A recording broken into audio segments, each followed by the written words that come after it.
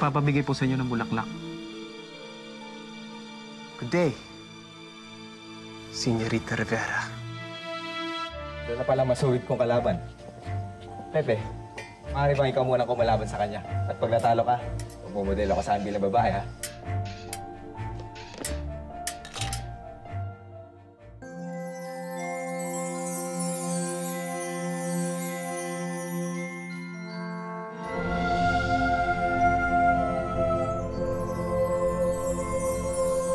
Sara niyang bibig niyo, Ginoo. Nakapasukan niyo ng langaw. Di ka sanay matalo ng isang babae, no? O hindi siya tulad ng isang napakagandang binibini. Pepe, Mademoiselle Nelly Busted. Bonjour.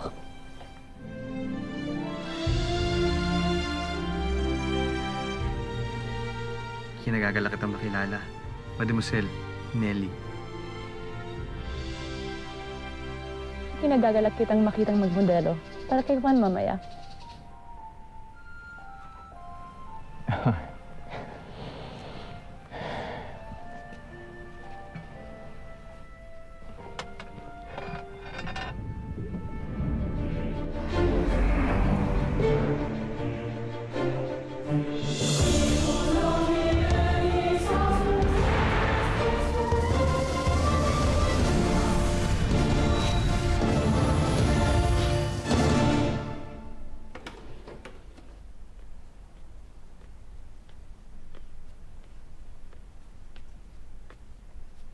Iha, anak.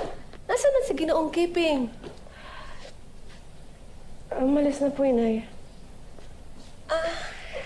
Wag po kayo mag-alala. Hinarap ko naman po siya ng maayos. Sana inimbitahan mo na dito maghapunan. May bago pa namang huling alimango.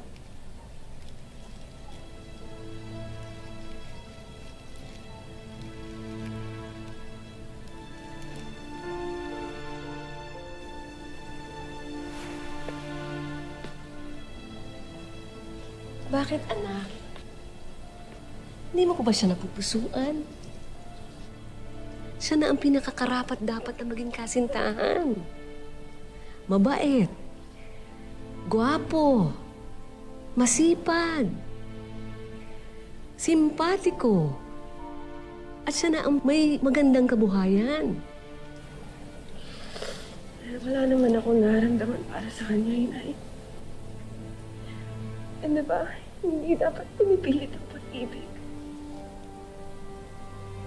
Pero pwede mo itong matutunan, hindi ba, anak? Subukan mo lang siyang kilalanin. Malay mo, magbago ang isip at puso mo. Pwede mo naman subukan. Magawa mo yun para sa amin, di ba? Nak?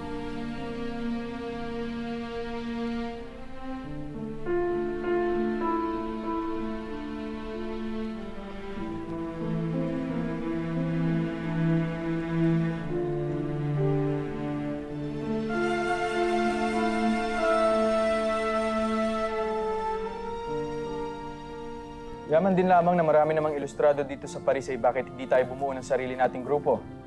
Magkaisa tayo mga kaibigan. At anong tatawagin natin sa grupo natin? Bueno ay ipagmalaki natin ang tawag sa atin ng mga Kastila. Tatawagin tayong Indios Bravos. Gusto ko yan. Total, may mga grupo naman sa Barcelona at Madrid. Eh bakit wala dito sa Paris? Kaya kayo munang kumilos dito habang babalik ako sa Espanya. Walang problema. Magandang ideya na isip mo, Pepe. Bonjour, Juan. Bonjour, Nelly.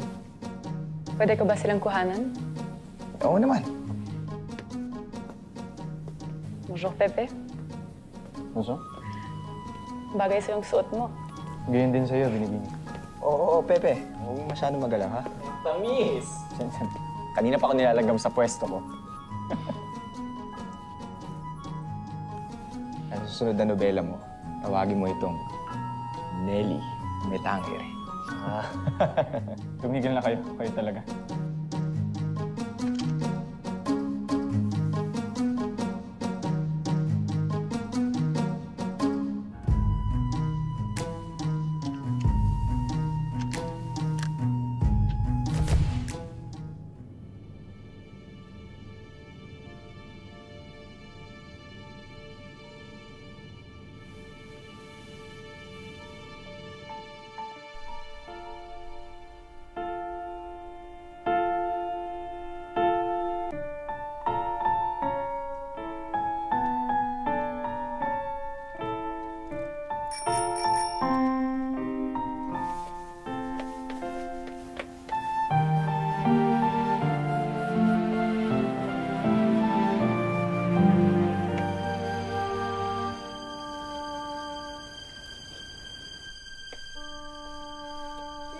anak! Bilis!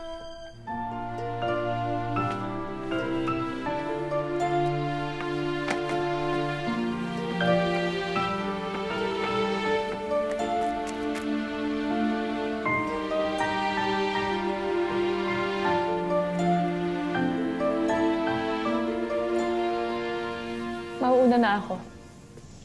Sige, Pepe. Sige, Nelly. Ano nga, Pepe? Ang tagal na namin kilala itong si Nelly, pero ikaw ngayon itong may namumukod tayong paalam. Sige, Pepe. Ako nga itigilan ninyo. Pero hindi nga, Pepe. Bagay kayo. Liberal din siya mag-isip. At halata namang iba ang tingin niya sa'yo. May pag-asa kaya... Sa kapahuan. Oo, maganda si Nelly. Pero kaibigan lang ang tingin ko sa kanya. Alam niyo naman na may nagmamayari na ng aking puso. Kung gayon pala, Senyor Rizal, isa ka palang numero unong romantiko.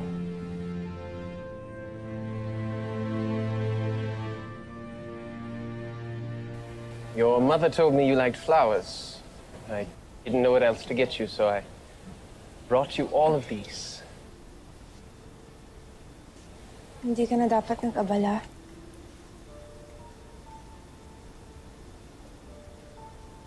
Ang ibig kong sabihin salamat. Kakaiba ka talaga, Senyor Keeping. Charles na lang. You don't need to be so formal. Sandali. Ipaghahanda ko kayo ng merienda.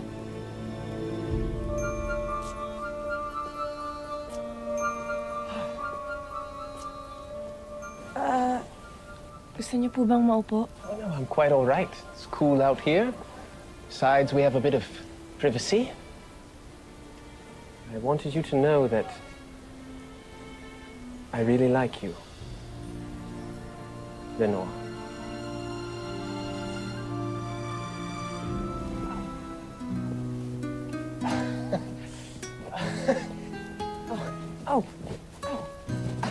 Ants! Flowers and ants.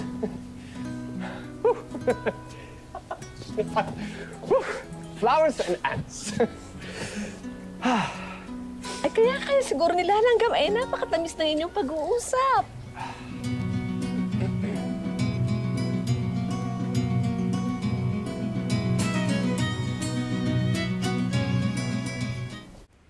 Nanggaling na ako kay Whaler at malaki may tutulong ng taong yan sa atin kaysa doon sa walang kwentang teror na yun.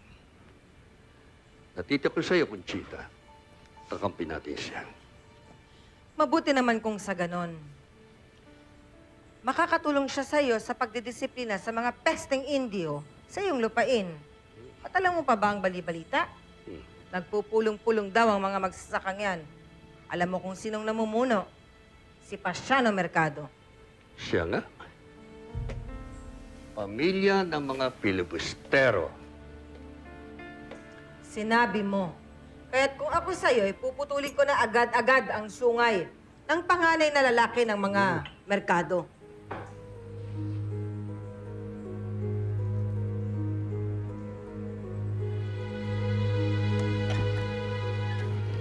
Mama!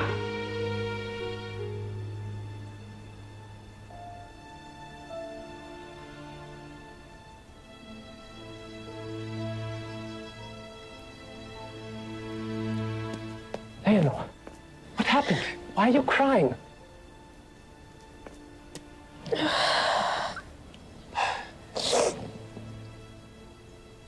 Wala po to, Senyor. You don't just start crying for no reason. Tell me, what is it? What happened? Maybe I can help you. Hindi ko po alam kung matutulungan niyo ako. Hindi ko po kasi alam kung naranasan niyo na magmahal ng isang tao ng buong puso.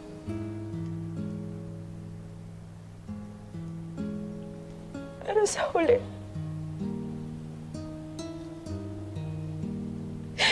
nalolokohin ka rin pala.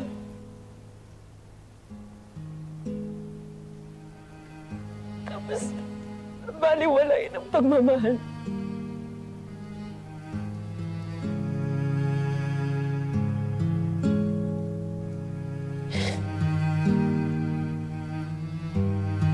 Is it Pepe?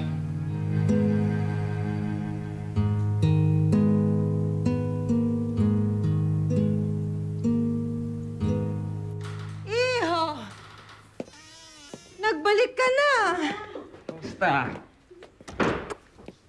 Ida. Padre. Awa ka ng Diyos. Salamat. Napakasarap ng pakiramdam na makabalik sa mainit na bansang ito. Pero sa totoo lang, Mama, hinahanap-hanap ko na ang malamig na simoy ng hangin sa Europa. Padre, kailan ba natin aangkinin ang lupain mo sa Kalamba? Malapit na, iho. Malapit na natin mapalaya sa mga merkado sa ating lupain.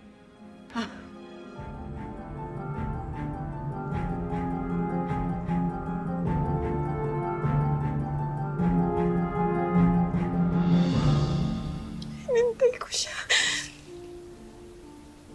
Umasa ako.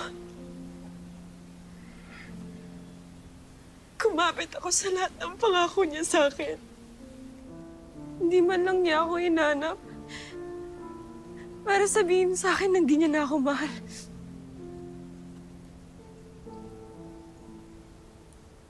Ganun pa talaga kayong mga lalaki. I can promise you, I'm not like them. I'm not them. When I love wholeheartedly. I'm not ashamed to show my feelings. Mahal na. Mahal kita, Eno.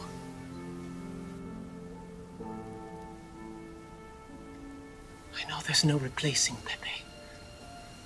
But you have to try. You have to try and love again. Ayoko na umiyak. Nakakapagod. Sakit dito. Ayoko na umibig. Ayoko na. Ayoko na.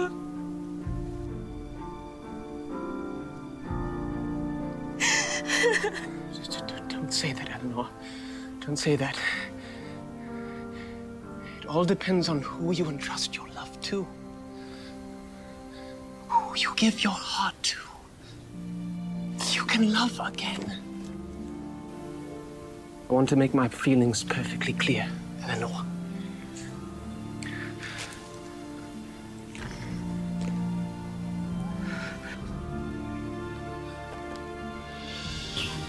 You, Eleanor, spend your life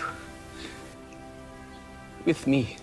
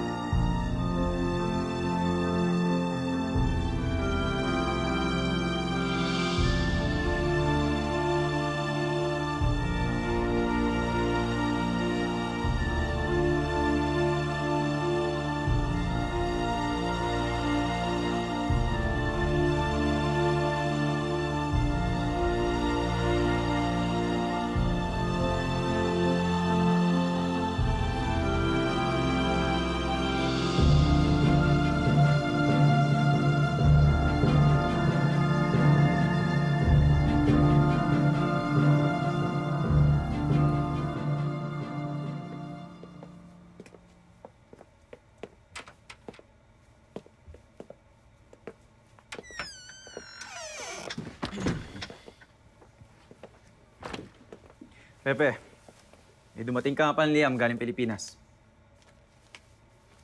Oh, galing to kay Tio Antonio. So, kas bibalita na rin ako kay Leonor.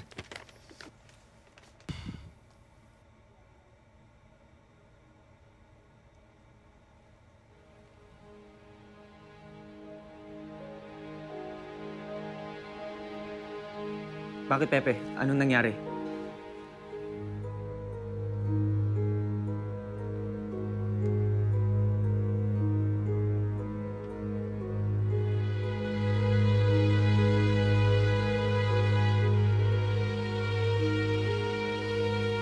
Si Luna.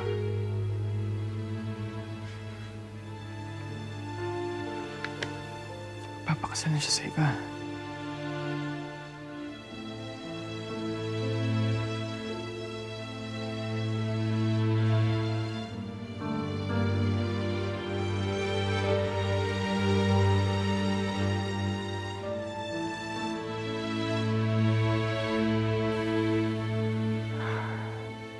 Si Leonor, tanging babaeng minahal ko. Magpapakasal na sa iba.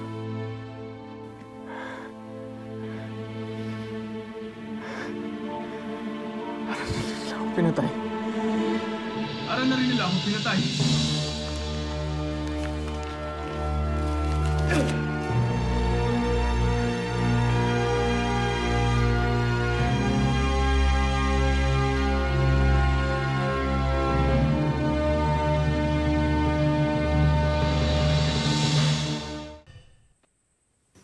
Ikaw ang magiging pinakamagandang ikakasal ngayong taon.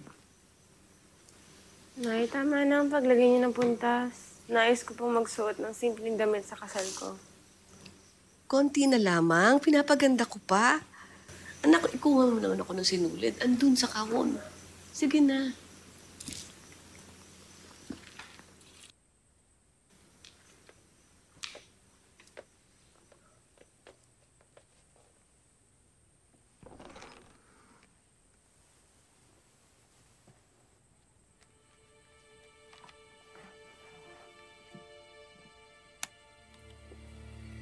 Juan!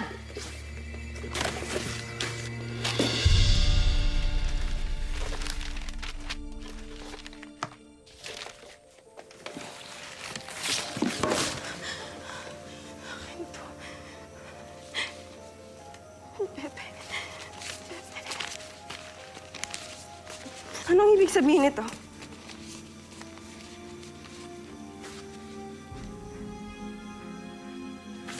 Anong ibig sabihin nito, Nay? Ha? Ang daming sulat!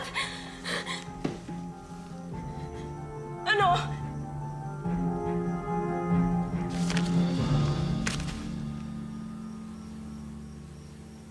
Nakikita mong nahihirapan ako! Nakikita mo! Niloko mo ako! Sabi mo hindi ako mahal ni Pepe! Sabi mo hindi ako mahal ni Pepe! Ano ibig sabihin ng mga sulat? Isip ko lang naman ang kinabukasan mo. Hindi namin lubos na maisip na... Dapat sinabi niyo yung totoo! Hindi namin lubos na Sabihin maisip niyo sa akin yung totoo! Gusto ko malaman yung totoo! Mahal ko si Pepe! Pinahirapan niyo lang ako eh! Pinahirapan niyo ako!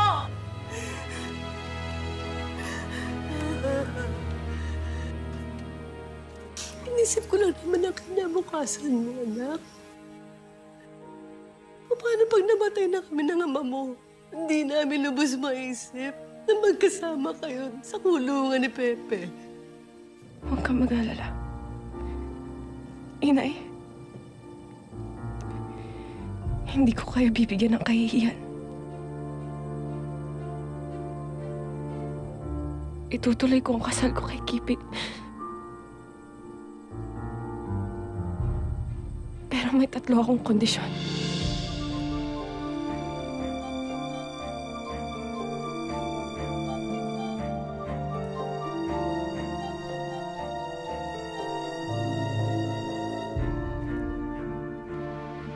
Hindi na ako tutugtog muli. Hindi na ako aawit muli. Hindi ko na kayang humarap sa tiklado o sumubok kumanta nang hindi naaalala si Pepe. Sa pagpapakasal ko sa iba, para ko na rin pinatay ang musika sa buhay ko.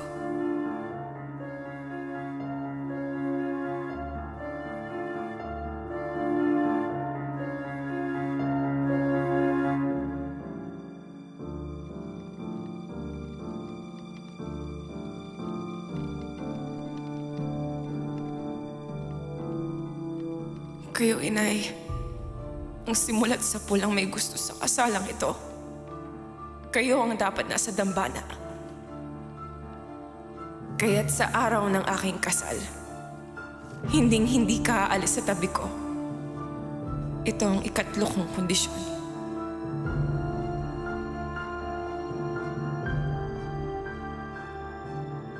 Ang araw ng aking kasal, tila araw ng kamatayan. Nararapat ng kulay pangluksa ang isuot. Magmula sa araw na yun.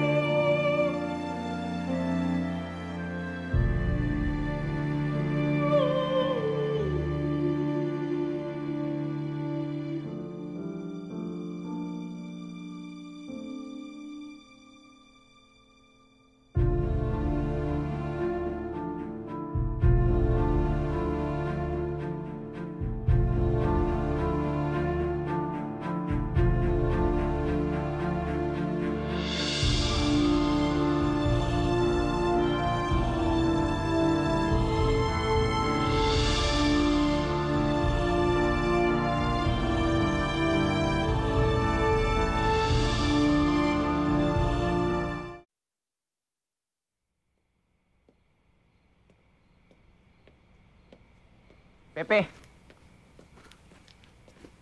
Pepe! Nandito ka lang pala. Kanina ka pa namin hinahanap. Senyor. Halika. Halika, dumayo mo ako.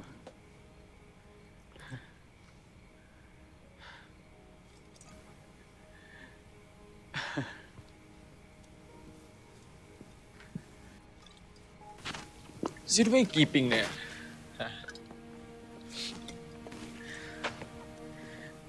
Akala niya porket taga-Inglaterra siya. Makukuha niya lahat ng gusto niya. Bakit di mo siya tawagin? Valentin, tawagin mo. Para malaman ko sinong tunay na lalaki sa amin, ha? Tawagin mo! Pepe, ano ba? Ano ba? Kakasugat ka na, tama na! Kailangan ko masaktan.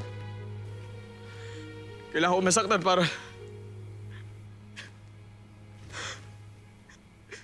Kailangan ko masaktan para mabawasan yung sakit na nararamdaman ko.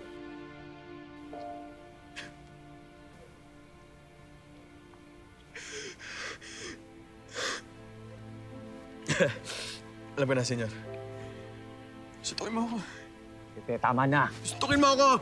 Tama na!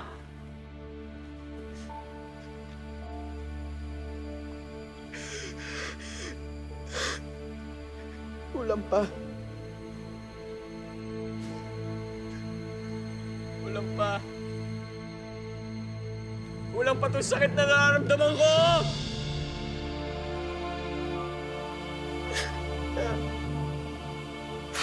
Bakit, Leonor? Ba't di mo ako nahintay?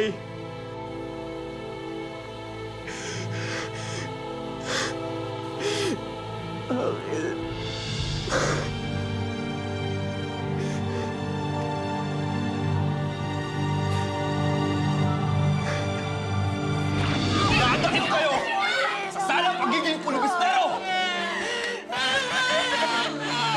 Wala kayong ititirang bakas na namang bagay dyan sa mga piniwisterong yan! Sunugin lahat! Mahal na kita, Nelly. Pakasal na tayo.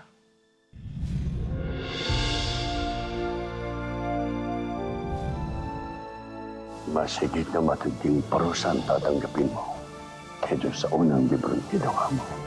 Alam mo namang kamatayan ang sasalubong sa'yo sa Pilipinas. Minsan lang dumating ang kamatayan sa buhay ng isang tao.